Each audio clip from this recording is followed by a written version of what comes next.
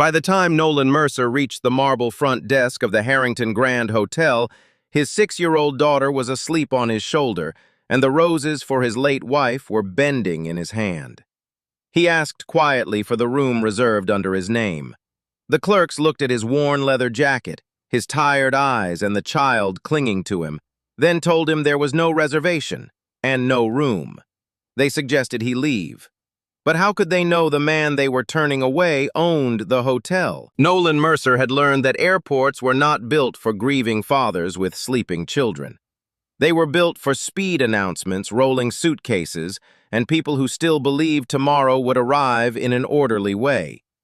He moved through them anyway, one careful step at a time, with his daughter Lily folded against his shoulder and a bouquet of red roses pressed loosely in his left hand. Lily was 6 years old, small for her age, with one hand tucked inside the collar of his worn leather jacket and the other wrapped around a stuffed rabbit whose ears had gone flat from years of being loved too hard. She had fallen asleep before the plane landed, mouth slightly open, breath warm against his neck. Nolan had not tried to wake her. He had carried her through baggage claim, through the taxi line, and into the back seat of a cab while she slept through every horn, every brake light, every hard turn toward downtown Chicago. The roses were for Grace. Tomorrow would mark 3 years since Nolan's wife had died. Every year, no matter where business took him, he bought red roses before the anniversary and brought them home. Grace had loved simple traditions. Coffee in the same blue mug, pancakes on the first Sunday of every month, roses in the glass vase by the kitchen window, even when money had been tight and the flowers came from a grocery store bucket instead of a florist. After her death, Nolan kept the ritual for Lily. At first, the child had been too young to understand. She only knew that Daddy bought flowers, set them in water, and got quiet for a while. Later, she began choosing the vase, arranging the stems, and asking questions that broke Nolan's heart with their innocence. Was Mommy still able to see them? Did heaven have windows? Did roses smell the same there? Nolan never had perfect answers. He only had patience, and patience had become the shape of his love. To strangers, he did not look like the owner of a hotel group. He looked like a tired single father who had dressed for comfort, not status. His beard had darkened over 2 long travel days. His brown jacket was scuffed at the cuffs.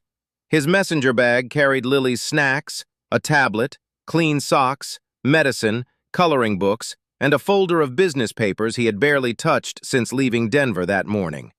Nothing about him announced wealth.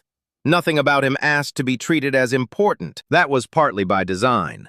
Nolan owned 7 boutique hotels across the Midwest, including the Harrington Grand, a historic property with marble floors, brass elevators, velvet chairs, and a lobby that still smelled faintly of polished wood and expensive candles. He had bought the hotel 5 years earlier when it was failing under bad management, then restored it slowly, refusing to erase the old character that made guests feel they had stepped into another era. He did not visit his hotels with cameras, speeches, or a parade of executives. He preferred arriving quietly, booking under his own name through the corporate office, and watching what happened when no one expected the owner to be standing in front of them. He had built his company on one principle. Hospitality was not a smile pinned to a uniform. It was the habit of seeing people clearly, especially when they arrived tired, uncertain, or easy to dismiss. For a long time, that principle had come from ambition. Nolan had once been a night clerk himself, working double shifts while studying business from used textbooks. Then Grace got sick, and the principle became personal. Hospitals, hotels, airports, pharmacies. He had learned that kindness could either hold a family together during its worst moments or make pain feel even lonelier. That Thursday evening, he was not thinking like an owner. He was thinking like a father. Lily needed a bed. He needed a quiet room, a vase for the roses, and enough strength to get through the next morning without letting his daughter see how much the date still hurt. The cab stopped beneath the awning of the Harrington Grand just after 8. Cold November air slid under Nolan's collar as he stepped onto the curb. The doorman was busy with guests from a corporate reception upstairs, so Nolan adjusted Lily higher on his shoulder, picked up his bag and carried the roses through the revolving doors himself. Inside, the lobby glowed with soft gold light. Laughter drifted from the mezzanine. At the front desk, two clerks looked up, saw him, and waited. Nolan crossed the lobby with the slow, cautious steps of a man trying not to wake the only peaceful thing left in his arms. Lily shifted once against his shoulder, then settled again, her cheek pressed into his jacket.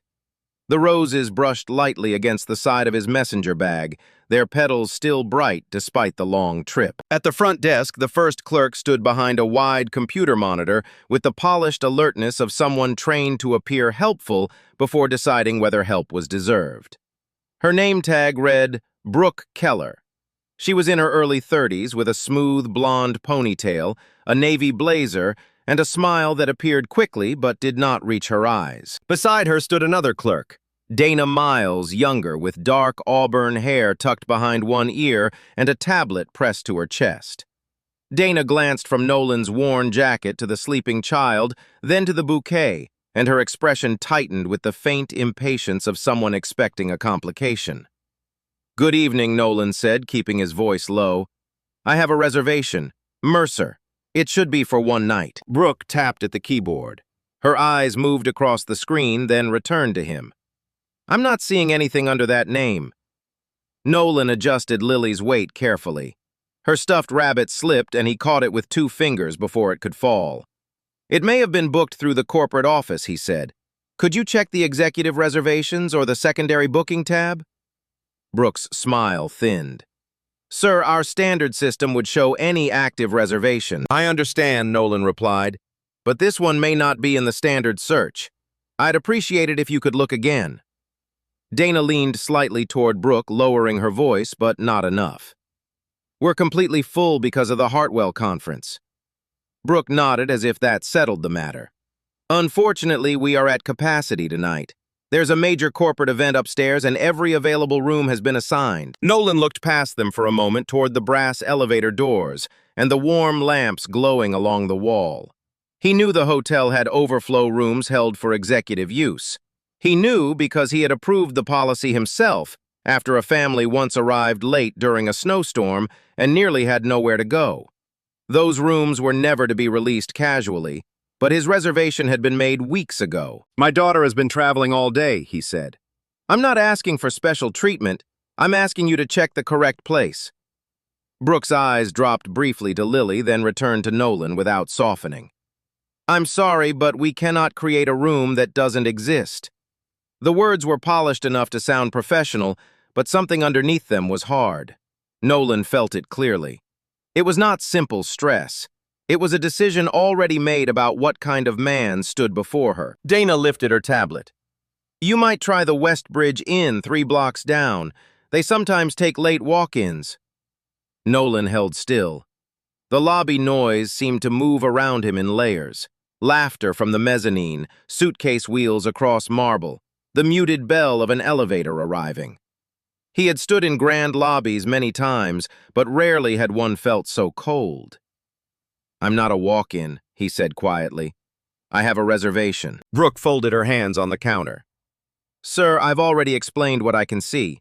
"What you can see," Nolan said, still calm, "may not be the whole record." Dana gave a small sigh, the kind meant to be heard. "This is why we recommend confirming before arrival, especially when traveling with a child." The sentence landed harder than Nolan expected. He felt Lily's warm weight against him, felt the flowers bending in his grip, and for 1 second, grief and exhaustion pressed together inside his chest. He had confirmed. His assistant had confirmed. His office had confirmed. But none of that mattered if the people in front of him did not believe he belonged there. "Is the manager available?" he asked. Brooke's posture stiffened. "The general manager is occupied with the conference reception. I can't interrupt him for a room availability issue." "This is not just a room availability issue. With respect," Brooke said, though her tone carried none, "it appears to be exactly that." Lily stirred then, disturbed by the tension, if not the words. Her eyes opened halfway. "Daddy," she mumbled. "I'm here," Nolan whispered, pressing his cheek briefly to her hair. Go back to sleep." Dana looked away uncomfortable for a second, but not enough to change anything. Brooke reached for a small printed card from the counter and slid it toward him. "Here is the number for the Westbridge Inn. I suggest calling before you go over." Nolan looked at the card, then at the two women behind the desk. He did not pick it up. Nolan stared at the card on the counter long enough for Brooke to mistake his silence for defeat. The Westbridge Inn number sat between them like a polite eviction notice. Behind him, another guest rolled a suitcase toward the elevators and laughed into a phone. Somewhere above, applause broke out from the conference ballroom. He could end it in one sentence. He could set Lily down, open his messenger bag, pull out his identification, and tell Brooke Keller and Dana Miles exactly whose lobby they were standing in. He could call Gregory Hart, the general manager, directly on his cell phone and watch both clerks change their faces before the second ring. He could turn their dismissiveness into panic. For a moment, exhaustion tempted him. Then Lily shifted again, and the small movement steadied him. This hotel was not supposed to run on fear of the owner. It was supposed to run on standards that held even when the owner was absent, even when the guest looked ordinary, even when no one with power was watching. If Nolan revealed himself too soon, he would learn only how they treated authority. He needed to see how far they were willing to go with a tired father they believed had none. He lifted his eyes from the card. "I'm going to ask one more time," he said. "Please check the executive booking category." Brooke's jaw tightened. "Sir, I have been very patient." "No," Nolan said gently. "You have been very certain." Dana's mouth opened, then closed. Brooke looked past Nolan toward the growing line behind him as if hoping embarrassment would do what her refusal had not. "We have other guests waiting," Brooke said. "And my daughter is sleeping in my arms," Nolan replied. "That does not make me more important than anyone else, but it does mean I am asking you to do the job carefully before you send us back into the cold." The words were quiet, but they changed the air around the desk. A man in a charcoal suit glanced over. A woman standing near the concierge table lowered her phone. Dana noticed and shifted uncomfortably. Brooke noticed, too. Her professional smile returned sharper than before. "I understand you're frustrated, Mr. Mercer, but raising your voice will not change our availability." Nolan had not raised his voice. That was the moment he understood this was no longer a misunderstanding. Brooke was beginning to shape the story for anyone listening. Difficult guest, unreasonable father, impossible demand. If he responded emotionally, she would have the excuse she needed to dismiss him completely. So Nolan did the hardest thing left to do. He stayed calm. "I'm not raising my voice," he said. "I'm asking for a manager. I told you he is unavailable." "Then please call the assistant manager." Dana looked at Brooke. "Tessa is downstairs with banquet staff. Then call her." Brooke gave a short breath through her nose. "This is unnecessary." "It became necessary when you refused to check the correct record." For the first time, Brooke's confidence flickered into irritation she could not hide. She leaned closer to the monitor, not to search, but to end the exchange. "Mr. Mercer, if you continue blocking the desk, we may need to involve security." The word security landed like a slap. Nolan felt Lily's fingers tighten against his collar in her sleep. He looked at Brooke, then at Dana, and made his choice. He would not leave. He would not reveal himself. He would stand there as the guest they thought he was until the truth forced its own way into the room. Security did not arrive immediately, but the threat of it changed the lobby. Brooke kept one hand near the phone and the other on the counter, as if Nolan had become something dangerous simply because he refused to disappear. Dana stood a half step behind, her eyes moving from Nolan to the guests, beginning to notice the scene. No one spoke loudly. That made it worse. The silence around the desk became careful, polished, and humiliating. Nolan felt every pair of eyes that turned toward him. He saw the man in the charcoal suit pretend to check his watch. He saw a woman near the concierge table whisper to her husband. He saw a bellman slow down with a luggage cart, then look away when Brooke glanced at him. Lily stirred again. "Daddy, are we there?" she whispered. "Yes, sweetheart," Nolan said, his voice softening at once. "We're just waiting for them to find our room." Brooke's expression tightened at the word, "our." Mr. Mercer, I have already explained that there is no room assigned to you. Lily opened her eyes a little wider and looked toward the desk. Her face was flushed from sleep, one braid half loose, the stuffed rabbit tucked under her chin. "But I'm tired," she murmured. The words were small enough that only the desk could hear them. They should have ended the argument. They should have reminded anyone standing there that whatever problem existed in the system, a child was paying for it now. Dana looked down at her tablet. Brooke did not move. Nolan felt anger rise clean and sudden. Not for himself. He had been underestimated before. A man could survive that. But Lily was 6. She had spent the day in airport chairs, airplane seats, and a taxi that smelled like rain and old coffee. Tomorrow she would help him put flowers in a vase for the mother she barely remembered. She deserved better than to be used as background in someone else's performance of authority. Still, Nolan kept his voice steady. "May I sit with her while you call someone?" he asked. "You are welcome to wait in the seating area," Brooke said, "but it will not change the answer." Dana added, "And we can't hold the desk any longer." The line behind Nolan had grown to 4 guests. Brooke looked at them with an apologetic smile that included them and excluded him. "Thank you for your patience, everyone." That was the second humiliation. She had turned the room against him without ever raising her voice. Nolan understood the technique. Make the tired man seem unreasonable. Make the refusal sound like order.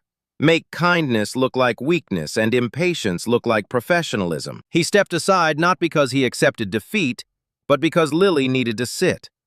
He carried her to a velvet chair near the concierge table and lowered her gently onto his lap. The roses lay across his knees. One stem had bent sharply near the bloom. Lily touched the petals with one finger. "Mommy's flowers." "Yes," Nolan said. "Mommy's flowers. Are they broken?" "No," he said, though his throat tightened. "Just tired." Across the lobby, Brooke began helping the next guest with sudden warmth. Her voice became brighter, smoother. She offered bottled water, apologized for the wait, and promised someone would bring extra towels upstairs. Nolan watched without blinking. The problem was not that Brooke did not know how to be kind. The problem was that she chose who deserved it. Nolan was still seated with Lily on his lap when a woman in a burgundy housekeeping vest stepped out from the service corridor carrying a stack of folded towels. She paused beside the concierge table, not because anyone called her, but because she noticed what others had trained themselves not to see. Her name tag read Evelyn Porter. Evelyn was in her late 50s with silver threaded through her brown hair and tired kindness in her eyes. She had the posture of someone who had spent decades on her feet, but when she looked at Nolan, nothing about her seemed hurried. Her gaze moved from Lily's half-closed eyes to the bent roses across Nolan's knees, then to Brooke's bright, effortless smile at the front desk. Evelyn set the towels on a luggage cart and walked over. "Excuse me," she said gently. "Is everything all right?" Nolan looked up. After the last 15 minutes, the simple softness in her voice felt almost startling. "We're trying to check in," he said. "There seems to be trouble finding the reservation." Evelyn glanced toward the desk. "What name, Mercer?" Something flickered across her face, not recognition exactly, but attention. "Did they check executive bookings?" "I asked them to." Evelyn turned toward Brooke. "Brooke, did you check the executive booking category?" Brooke's expression hardened. "I checked the system. That is not what I asked." Evelyn's voice remained calm, but it no longer sounded optional. "Corporate reservations sometimes sit under the secondary tab. You know that." Dana shifted behind the counter. "We're full, Evelyn." Evelyn looked at Lily, who had curled tighter against Nolan's chest. "Then we should be especially careful before sending a child back outside." The words were not loud, but several people heard them. Brooke's cheeks colored. She clicked through the screen with sharp, irritated movements. Nolan stayed silent. A few seconds passed, then Brooke stopped typing. Dana leaned closer. What Brooke did not answer at first. Her eyes moved over the screen once, then again, as if the letters might change if she stared long enough. "There is a reservation," she said finally. "Mercer, executive category, 1-bedroom suite, 9th floor." Evelyn nodded once as if she had expected exactly that. Please prepare the key." The lobby seemed to hold its breath. The man in the charcoal suit looked away quickly. The woman by the concierge table gave Nolan a sympathetic glance. Brooke's face had gone carefully blank, but the damage was done. The truth had appeared in the very place she had refused to look. Nolan rose slowly, keeping Lily secure against him. He did not celebrate. He did not smile. If anything, the discovery made him sadder. "Thank you," he said to Evelyn. "You shouldn't have had to wait this long," she replied. Brooke printed the key packet without meeting his eyes. "Your suite is ready, Mr. Mercer." This time the name sounded different in her mouth. Not kinder, more cautious. As Nolan reached for the key, one of the roses slipped and bent further. Evelyn noticed immediately. "Oh, honey," she said softly, not to Lily alone, and not exactly to Nolan either. "Those have had a long trip." Nolan looked down at the flowers. "Tomorrow is my wife's anniversary," he said. "Lily and I put roses out for her every year." Evelyn's expression changed. Not pity, recognition. "I'm sorry," she said. "I lost my husband 12 years ago. The first few years I carried grief like a second purse, always with me, always heavier than it looked." Nolan swallowed once. Evelyn touched the bent stem with careful fingers. "Let me find you a vase before you go up. Flowers like these should stand in water tonight." And for the first time since entering the hotel, Nolan felt seen. Evelyn returned from the concierge cabinet with a tall glass vase, a pair of small scissors, and a linen napkin folded over one arm. She did not ask Brooke for permission. She did not look toward Dana for approval. She simply placed the vase on the concierge table and began filling it from a silver water pitcher kept for guests. Lily watched her through sleepy eyes. "Is that for Mommy?" she asked. Evelyn smiled. "It is. Flowers travel better when someone gives them a little help." Nolan knelt beside the table so Lily could see. Evelyn trimmed the damaged end of one stem, straightened another with patient fingers, and arranged the roses as if they were not airport flowers carried too long in a tired man's hand, but something worth honoring. Across the lobby, Brooke slid the key packet across the desk and forced a thin smile. "Mr. Mercer, whenever you're ready, the bellman can assist you." The sudden politeness made the previous cruelty feel even sharper. Nolan turned, still holding Lily. "Thank you," he said, but he did not move toward the elevators. Dana avoided his eyes. Brooke looked annoyed by his continued presence. Evelyn set the last rose into the vase. "There," she said. "They'll open by morning." Lily reached out and touched one petal. "Daddy, can we put them by the window like at home?" "We will," Nolan said. For a moment, the lobby softened around that promise. Then Brooke cleared her throat. "Again, we do apologize for the confusion," she said louder than necessary. "Our system can be difficult when guests are booked through unusual channels." Nolan looked at her. There it was again, the careful shift of blame. Not refusal, not judgment, not a child left waiting in the lobby, just confusion, just a system, just an unusual channel. Evelyn heard it too. Her hand paused on the vase. "It was not the system," Evelyn said quietly. Brooke's smile vanished. "Excuse me. The reservation was where it should have been. You did not check." Dana looked alarmed. "Evelyn, this isn't your department." "No," Evelyn said, "but guests are." The words landed with a force that made the desk area go still. Nolan saw Brooke's eyes flash, and in that instant he understood the risk Evelyn had taken. She was not merely correcting a mistake. She was challenging the hierarchy of the hotel in front of guests, defending a man she believed had no power to protect her later. Brooke leaned forward. "You should return to housekeeping." Evelyn's face remained composed, but Nolan saw the small tightening around her mouth. She had probably heard that tone before. People like Brooke often saved their sharpest edges for staff members whose work kept the building alive, but rarely placed them in photographs. Nolan picked up the vase carefully. "Ms. Porter was the only person tonight who treated my daughter and me like guests." Brooke's face reddened. "Sir, we were following procedure." "You were following an assumption," Nolan said. The line behind him had gone silent again. Dana whispered, "Maybe we should call Mr. Hart." Brooke shot her a look. "That won't be necessary." But Nolan had reached the end of what silence could teach him. He held Lily with one arm, the vase with the other, and looked from Brooke to Dana. "It is necessary," he said. "Please ask Gregory Hart to come to the lobby now." Brooke's lips pressed together.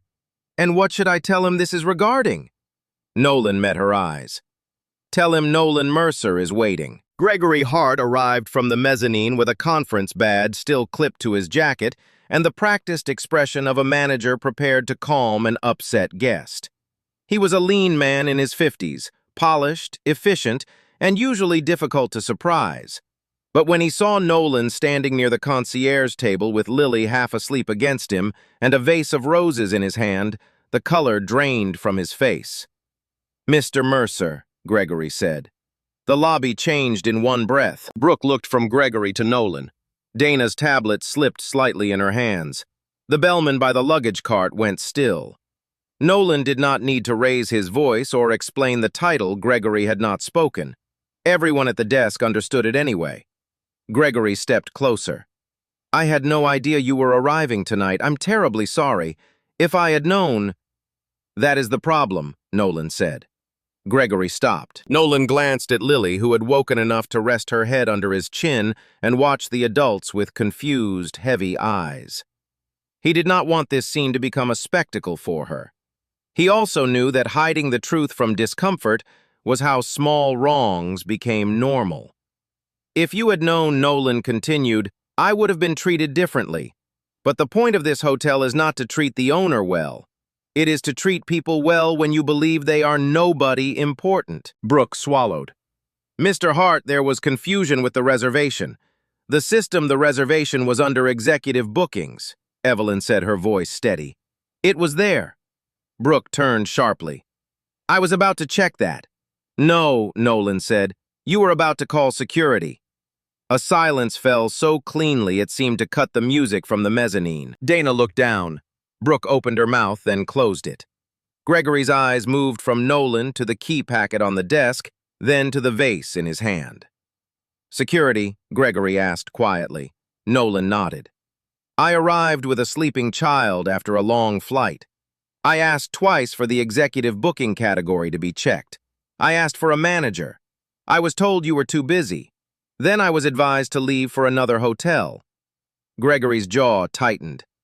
"Mr. Mercer, I will handle this immediately." "I do not want theater," Nolan said. "I do not want 2 employees punished in the lobby so everyone can feel better for 5 minutes. I want to know whether tonight was a mistake or a pattern." Brooke's face flushed with relief too soon, as if the word pattern gave her room to survive the moment. Then Gregory looked away. It was brief, but Nolan saw it. Shame moved across the manager's face before he could hide it. "What have I not been told?" Nolan asked. Gregory hesitated. Nolan's voice lowered. "Gregory." The manager took a breath. "There have been guest comments, nothing that rose to the level of formal disciplinary action. A few complaints about tone, lack of follow-through, selective courtesy." Evelyn's eyes closed for a second. Dana whispered, "I didn't know it was that many." Brooke snapped Dana. Nolan felt something heavier than anger settle inside him. This was no longer about one cold desk clerk, one tired father, or one missing room. The hotel had been warned. The signs had been there. Somewhere in the chain of reports and meetings, discomfort had been filed away because it was easier than correction. He looked at Gregory. "My daughter nearly spent tonight in another lobby because your team ignored what they did not want to see." Gregory lowered his head. "Yes, sir." Lily touched Nolan's cheek. "Daddy, can we go upstairs now?" The innocence of the question broke whatever control remained in the room. Nolan looked at the faces around him, Brooke pale with fear, Dana trembling, Gregory ashamed, Evelyn standing quietly beside the roses she had saved. "Yes," he told Lily softly, "we can." Then he turned to Gregory. "Tomorrow morning," Nolan said, "I want every complaint, every note, every ignored warning on my desk. Tonight, Ms. Porter is not to be touched for speaking the truth. And until I understand how this happened, no one at this desk should assume their position is safe." He lifted the vase, gathered Lily closer, and walked toward the elevators, leaving the lobby behind him in silence. The suite on the 9th floor was quiet in a way the lobby had not been.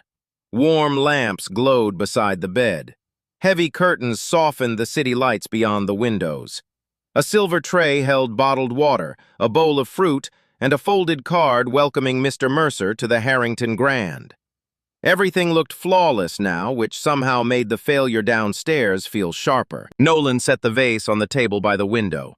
Lily stood beside him in her socks, rubbing one eye while the other stayed fixed on the roses. "Mommy can see them from here," she said. "I think she can," Nolan replied. He helped her brush her teeth, changed her into pajamas, and tucked her under the white comforter with the stuffed rabbit beside her cheek. Lily fought sleep for less than a minute. "Did those ladies not like us?" she asked. The question stopped him. Nolan sat on the edge of the bed. He had spent years trying to protect Lily from the ugliest parts of the world without teaching her to be afraid of it. Grace had once told him that children did not need perfect explanations. They needed honest ones that did not poison their hearts. "Sometimes people make wrong decisions about others before they really know them," he said. "That is what happened tonight. Because of your jacket."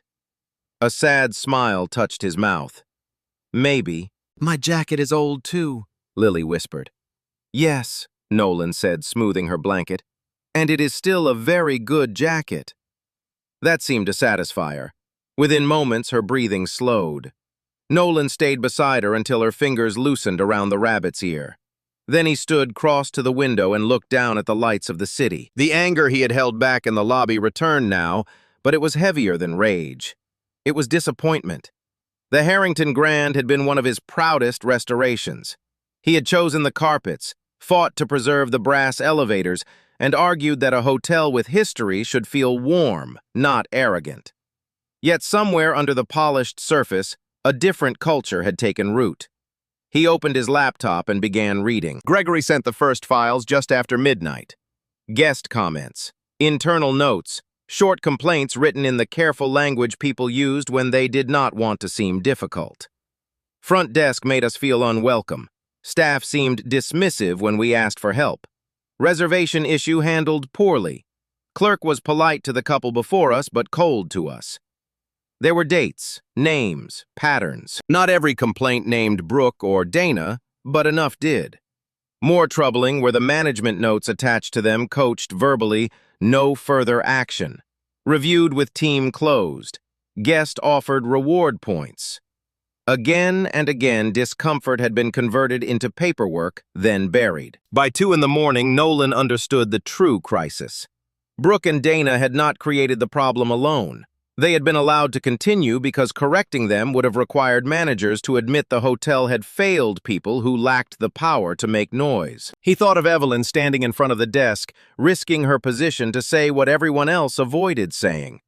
He thought of Lily asking if the women had not liked them. He thought of Grace, who had spent her final months depending on strangers in hospitals and hotels, and who had always noticed the nurse clerk or housekeeper who made pain feel less lonely. Near dawn, Nolan wrote 3 words at the top of a blank document. Start with truth. He did not know yet who would lose a job, who would be retrained, or how deeply the damage ran. But he knew the worst outcome would be pretending the crisis had ended because the owner finally got his room. Downstairs, the hotel was still full of guests who had no idea what had almost happened. And by morning, everyone responsible would have to answer for it. By 7 that morning, Nolan was dressed in the same worn jacket he had worn into the lobby, but there was nothing tired in the way he entered the small conference room behind the executive offices. Gregory sat at one end of the table with a folder of printed complaints in front of him. Brooke and Dana sat together on the opposite side, pale and silent. Tessa Rowe, the assistant manager, stood near the wall with 2 department supervisors. Evelyn had been asked to attend as well, though she sat closest to the door, hands folded in her lap, as if she still expected someone to tell her she did not belong there. Nolan placed his laptop on the table and looked at each of them before speaking. "Last night was not about me," he said. That is the first thing I want everyone in this room to understand. If this were only about an owner being embarrassed, we would be having the wrong conversation." Brooke's eyes filled quickly. "Mr. Mercer, I am truly sorry. I didn't realize who you were." "That is also the problem," Nolan said. She lowered her gaze. Nolan opened the folder Gregory had prepared. "There are 14 guest comments from the past 8 months describing the same behavior: dismissive tone, refusal to check properly, selective courtesy, guests being made to feel they were an inconvenience. Some mention names, some do not. But together, they describe a culture that was visible to guests and invisible to the people responsible for fixing it." Gregory did not defend himself. "I failed to treat the pattern seriously." "Yes," Nolan said, "you did." The room held its breath, but Nolan did not raise his voice. "Brooke, Dana, I reviewed your records. This was not one mistake on one difficult night. You both had previous coaching, previous warnings, and repeated chances to change. Last night you threatened security against a father holding a sleeping child because he asked you to check the correct tab." Dana began to cry quietly. Brooke pressed her lips together, fighting anger and fear at once. Nolan continued. "Your employment with the Harrington Grand ends today. Human Resources will handle the details with dignity. You will be paid what you are owed. You will not be humiliated on your way out. But you cannot represent a hotel built on a standard you refuse to practice." Brooke wiped her cheek. "I was under pressure." "Pressure reveals training," Nolan said. "It does not erase responsibility." No one spoke after that. Then Nolan turned to Gregory. "You will remain in your role for now, but under review. Every complaint at this property will be reopened. Every front-facing employee will be retrained, not from a script, from real examples. And from now on, no guest comment is closed until someone can show what changed because of it." Gregory nodded. "Understood." Nolan looked toward Evelyn. She straightened, slightly startled by the attention. "Ms. Porter, he said last night you did 3 things this hotel failed to do. You noticed a guest in distress. You corrected a process without making the guest feel foolish. And you protected the dignity of a child who had no power in the room." Evelyn's eyes shone. "I only did what anyone should have done." "I know," Nolan said. "That is why it mattered." He slid a second folder across the table. "For several months, we have discussed rebuilding our guest experience training across all 7 properties. I had planned to hire an outside consultant. I no longer think that is necessary." Evelyn stared at the folder without touching it. "I would like you to help design and lead the program," Nolan said. "Regional Guest Experience Training Coordinator, full salary adjustment, travel covered, support staff assigned. You would teach our employees how to see people before they see problems." Evelyn shook her head once, overwhelmed. "Mr. Mercer, I supervise housekeeping. I've never led anything like that." "You led last night," Nolan said. "You led when leadership was missing." For the first time, Evelyn smiled. Small and uncertain, but real. Nolan closed his laptop. "This hotel does not become better because 2 people leave. It becomes better when everyone still here decides that no tired father, no grieving widow, no confused traveler, and no child is ever treated as invisible again." By the time the meeting ended, the marble lobby below was filling with morning light. Nothing about the building looked different yet. But for the first time since Nolan had arrived, it felt possible that it could be. 1 year later, the Harrington Grand hosted its first company-wide hospitality workshop in the restored ballroom on the 2nd floor.